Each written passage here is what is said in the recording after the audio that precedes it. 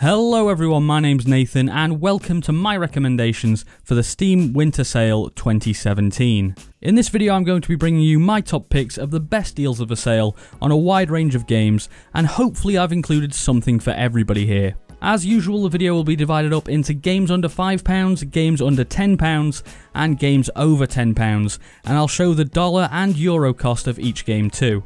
So, with all the boring stuff out the way, let's get right into the deals with games under £5.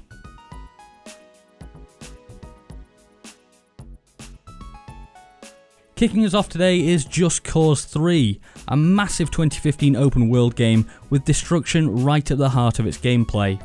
Just Cause 3 puts you in the shoes of freedom fighter Rico Rodriguez and gives you all the tools you need to go out and make your own fun, whether it's blowing up bridges, tethering vehicles and people together, or just wingsuiting around the frankly beautiful map.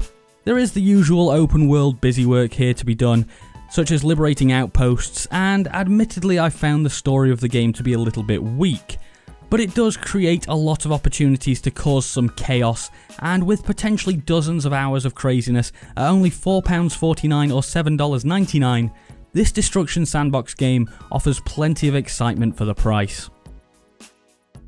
Next up, I've gone for a much more sedate game in the form of 80 Days. This story-driven game is all about the choices you make, as you play the part of Passepartout accompanying Phileas Fogg on his 19th century journey around the world.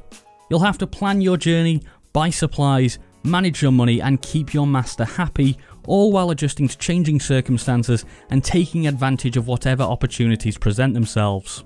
For example, one method of transport may get you to your destination quickly, but there's almost always a catch, whether it's a difficult journey that will test your relationship with Fogg, or it's just far more expensive than the other alternatives. This game has a simple but beautiful aesthetic and offers a decent amount of replayability, as once you've completed the game, you can go back and take an entirely different route around the world, experiencing brand new cities and storylines. Now, there is a fair amount of text that you'll have to wade through in order to fully enjoy the game, and the mechanics of the game don't particularly go that deep.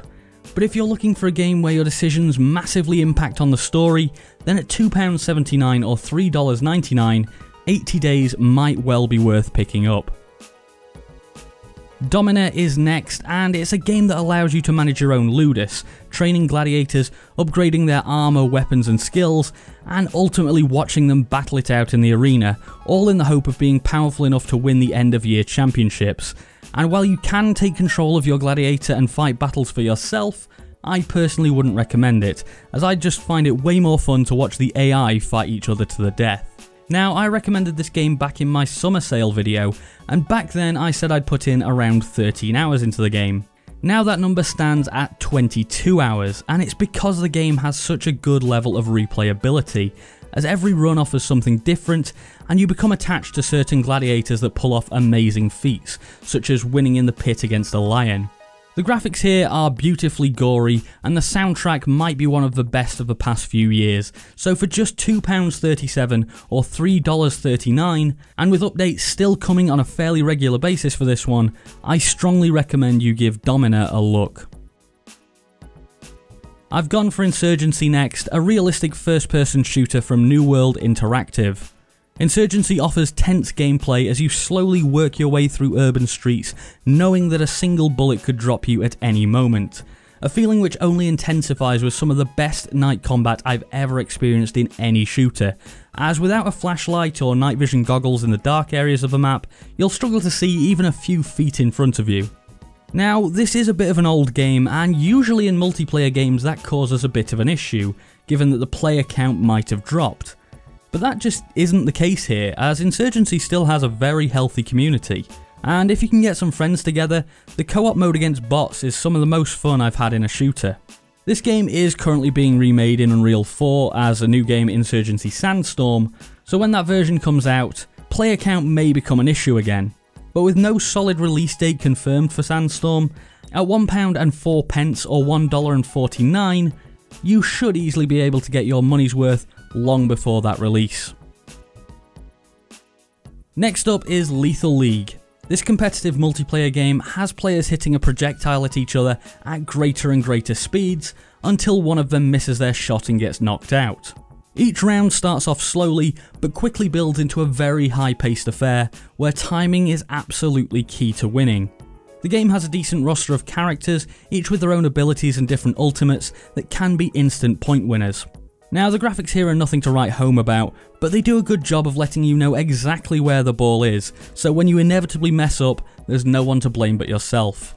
There is online multiplayer here, and I personally have had no problems getting into a game relatively quickly, despite a pretty low player count. But honestly, I'd mainly recommend this one if you've got someone to play against, because those times where the ball is whipping around the screen at Mach 5 can make for some truly hilarious moments with friends. Coming in at £2.99 or $4.19, Lethal League is a great little multiplayer experience. So, from a fast-paced multiplayer game to a much slower, more tactical single-player experience in the form of Steamworld Heist.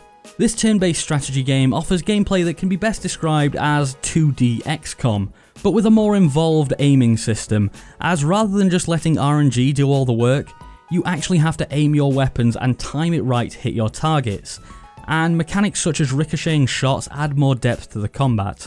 Procedurally generated levels also guarantee that you'll always have a new challenge in Steamworld Heist, and this is a game that reveals a great amount of charm as you travel through space raiding ships, collecting loot and upgrading your characters.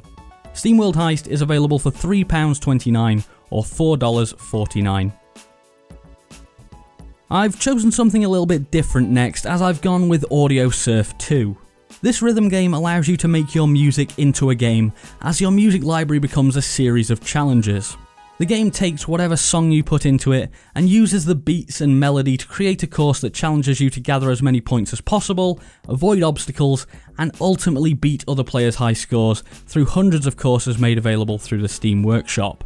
Now, I don't think this one will be everyone's cup of tea, but for me, I love to just sit down, listen to a good song, and play a fun, if slightly simple game while I'm doing it.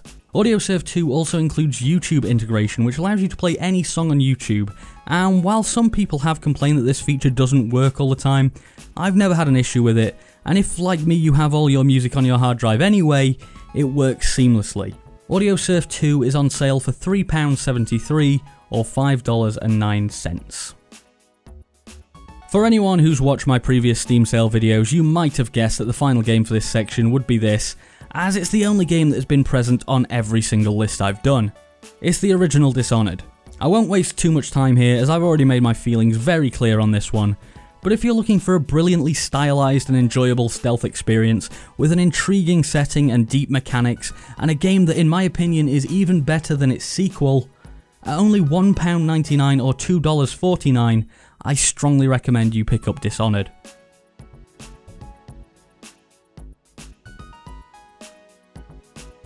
So onto the games under £10 category.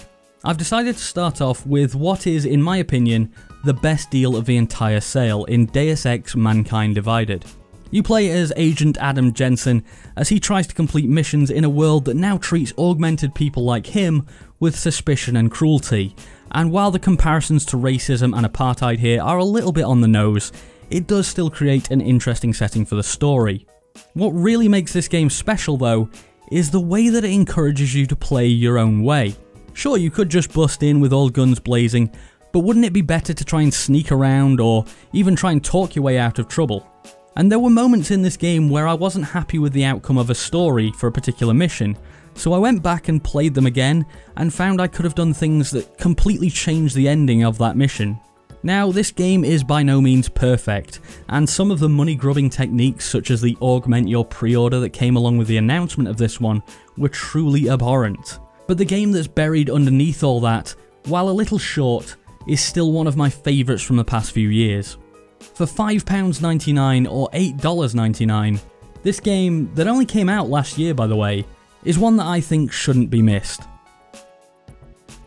Planet Coaster is next, and this theme park building sandbox game is filled with nostalgia for great old games like Roller Coaster Tycoon. Build your own park, create crazy coasters, and manage your finances to make a successful theme park, all while enjoying the charming graphical style.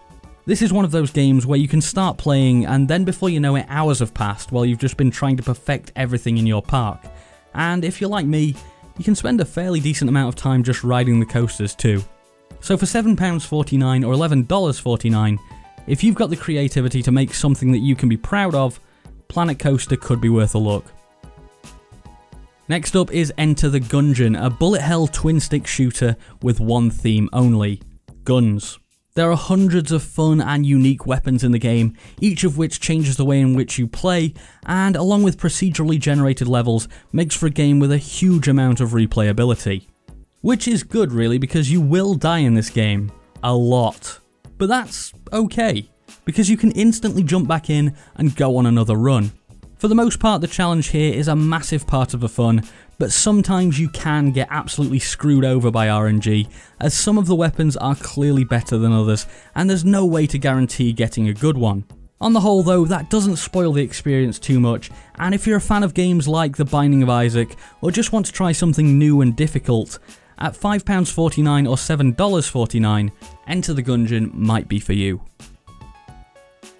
Doom 2016 is next, and this fast-paced demon shooting game offers a gory and fluid experience, as you seamlessly switch between hard-hitting weapons such as the super shotgun and the BFG, and transition into glory kills which not only feel great, but also fit perfectly into the flow of the battle. Doom rarely holds your hand, instead opting to give you an open level with plenty of places to explore and demons to kill, and letting you get on with playing your own way. This game offers moments of crazy action and a good amount of old school mechanics, such as searching for health packs instead of getting regenerating health.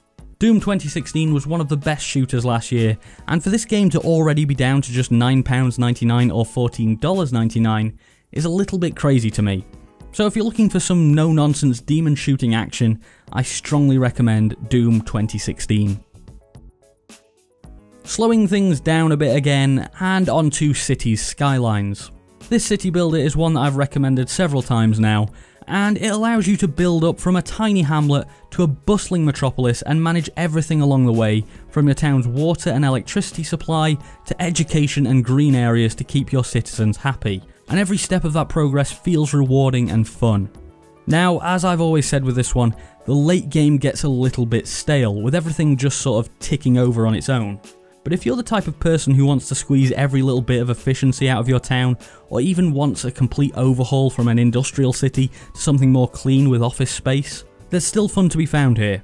The DLC structure for this one is, in my opinion, a little over the top, and adds very little to the game for a fairly high price tag. But just the base game is still a superb and full experience, and for £5.74 or $7.49, I think it's worth a look. The final game I've gone for in this section is Fallout 4.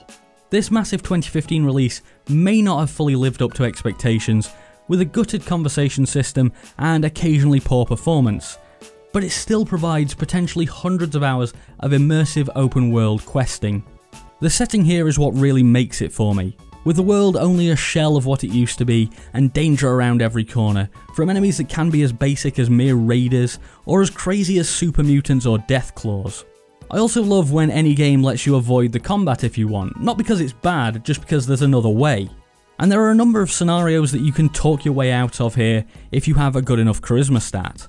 There's so much to do in Fallout 4, with several different factions which each have their own missions, and settlement building, which, while it isn't necessarily my thing, I know people who've sunk tens of hours into building alone. For me, I must have got around 40 hours into the game before I realised I'd barely done anything towards completing the main story, and that amount of content is why for just £9.99 or $14.99, I'd recommend picking up Fallout 4.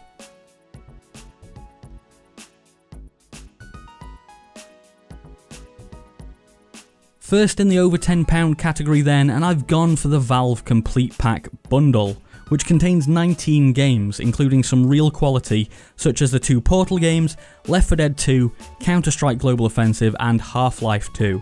Now, these games do have a few years on the clock, but still offer some great gameplay experiences, and while I'm sure you won't end up loving every game in this bundle, you'll find at least a few that make this deal easily worth the £12.49 or $16.40 price tag.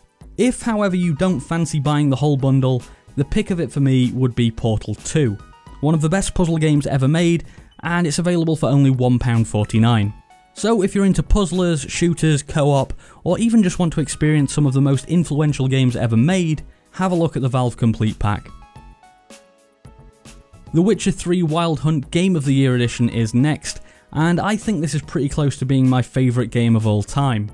Take control of Witcher Geralt of Rivia and battle your way through a deeply immersive fantasy world with interesting quests, multiple endings, and some of the best graphics available in gaming. This massive RPG will quickly suck you into its world, and you'll find yourself engrossed in its charms and evils, with the world feeling truly alive thanks to the struggles that are going on long before you even get involved. The Game of the Year edition contains not only the base game, which offers hundreds of hours of content, but also the Hearts of Stone and Blood and Wine expansions, which are easily big enough to be standalone titles in their own right. The characters are excellent, combat is tight, and quests are almost always interesting. Honestly, apart from pretty shoddy horse AI, there's not much bad to say here. And for £13.99 or $19.99, which by the way is only £1.50 more expensive than just the base game on its own, if you haven't already played The Witcher 3, now is the perfect time to pick it up. On to our penultimate game then, and I've chosen Watch Dogs 2. Now, it's fair to say that this isn't on the same level as The Witcher in any way, but it's still a really fun and zany experience. Gone is the dull, drab world and characters from the original Watch Dogs that let everyone down so much, and in comes the colourful streets of San Francisco and interesting, if way over the top, characters. This game rarely takes itself seriously and instead looks to capitalise on its silly side, with parodies of Google and Facebook, and even a nice introduction with a mission making fun of a Martin Shkreli-esque character. This game pokes fun at anything it can get its hands on, and just focuses on making the player smile. Missions are fun and creative, there's plenty to do, and even just exploring San Francisco landmarks like the Golden Gate Bridge or Alcatraz make for a good time.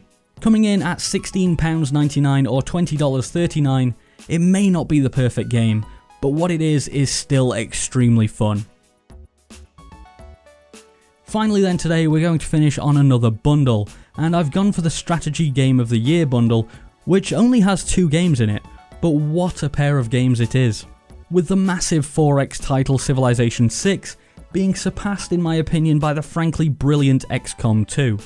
Civ 6 is the latest iteration of the long-running series and allows you to build up your civilization from a small set of towns with almost no technological advancements to a massive sprawling world power with modern tech such as jets and tanks. Now, this isn't in any way an accurate representation of history, and you'll often find battles where modern infantry face up against spearmen. But that's all part of the fun, and the challenge of keeping up with other civs and finding the right moment to betray your former ally makes for a truly deep strategic experience. As for XCOM 2, well, this turn-based strategic combat game has you fighting back against the aliens that have taken over your planet as a guerrilla resistance force. You can name and customize your soldiers and then upgrade them with better equipment and skills, and the stories that develop around these soldiers is what really makes the game for me. I personally always name them after my friends and then let their real life counterparts know how I accidentally got them killed. The RNG can be frustrating in this one when you miss a 95% shot which gets your best soldier killed, but overall this is an excellent game, and at £33.61 or $45.80, this bundle may be the most expensive thing on the list by far, but I feel for 2 superb games it's worth it.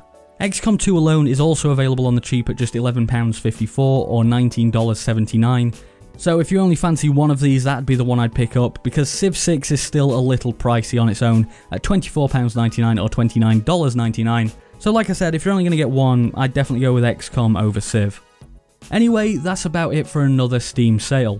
Obviously I couldn't get to all the games, these are just my top picks, so if you have any other suggestions, please leave them down in the comments to help everyone find the best games for them. For example, I'm pretty sure Dark Souls 3 is going really cheap at the moment, but I'm definitely not the person who should be recommending that, since I've sucked at every Dark Souls game there's been. So any community help is always appreciated.